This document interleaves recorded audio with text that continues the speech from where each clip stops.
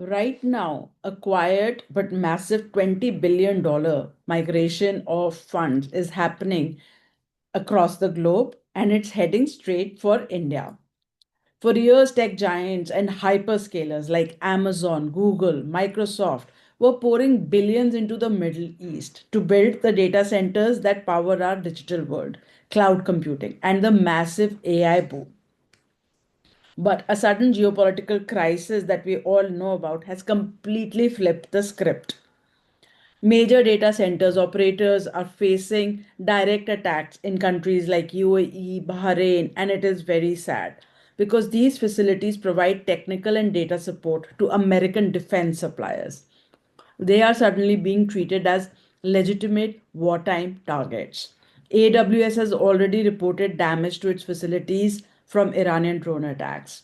The result, Silicon Valley is panicking and they're aggressively looking for a new secure sanctuary for the world's most valuable assets, data.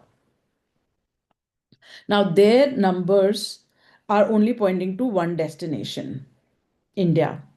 And in this video, I am going to break down exactly why the world's biggest tech and private equity giants are redirecting billions of dollars into the Indian market, and what this means for our economy, and how you, as an investor, can position yourself to ride this massive macroeconomic wave.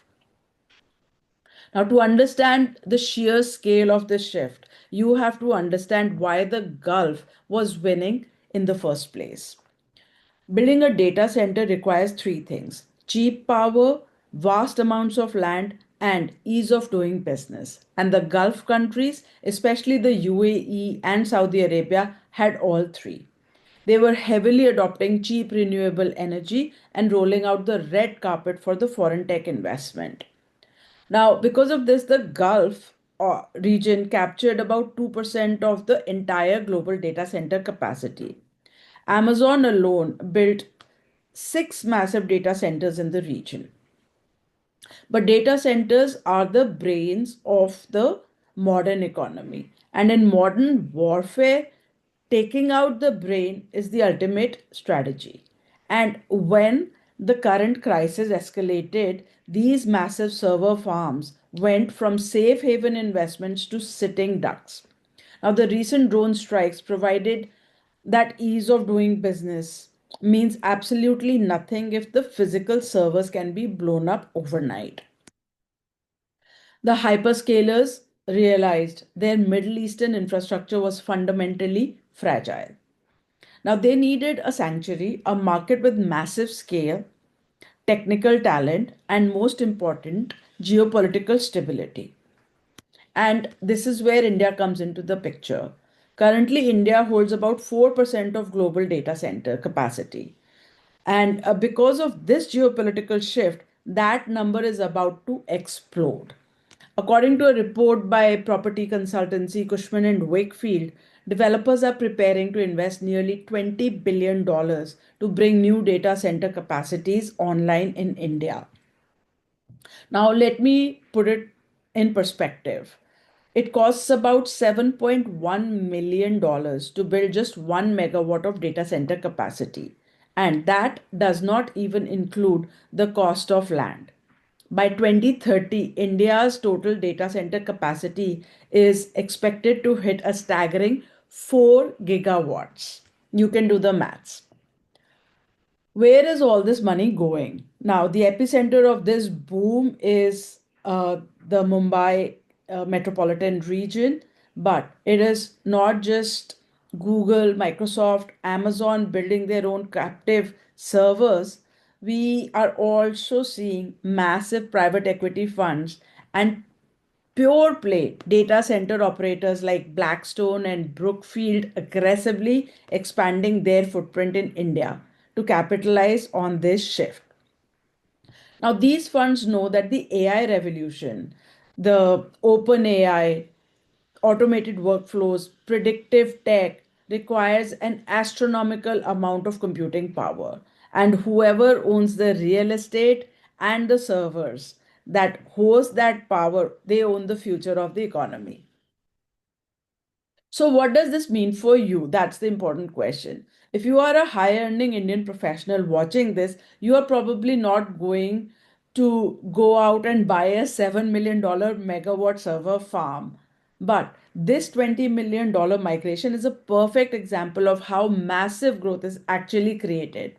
The ultra wealthy, the funds at Blackstone's and uh, Brookfield or Bridgewater, they do not just save their salary in a bank account. These funds, they look at the macroeconomic trends and they engineer systems to capture that growth. While most retail investors are stuck panic checking their mutual fund apps or guessing which random stock will go up tomorrow, institutional money is moving billions into commercial infrastructure and digital real estate. Now, if you're earning 20 lakhs or 50 lakhs, 1 crore a year, your wealth strategy consists of, if it consists of random sips and hope, you are leaving serious money on the table and you're financially fragile. Or you will remain financially fragile unless or until you start to get the knack of understanding how the news shapes or makes the wealthy wealthier. What you need is exactly what Blackstone or Brookfield uses: a family office portfolio design, a system built on macro intelligence, not market guessing. And that is what exactly what I am teaching completely free in my upcoming live webinar. It's called Master Money Like the 1%. And in 90 minutes, I am going to show you three things the most financially uh, intelligent or intentional Indian professionals do differently in moments of crisis. So, how to find the exact money, first of all, that's silently leaking from your financial life every year? How to map your assets the way the institutional investors do? I have something which I called a 7 layer architecture that stays standing no matters the market, no matter the cycles, or no matter the world disruptions. And how to calculate, finally, how do you understand your or calculate your freedom date? Now, that specific year where money starts working harder for you than you work for money.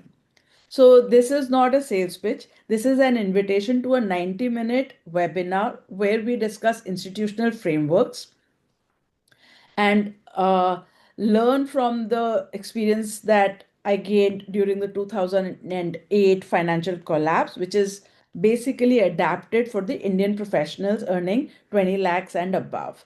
So it's completely free, and the link is in the bio before below. So the world's smartest money is now moving to India. The question is not that. The question is how much of that piece of the pie will you be taking?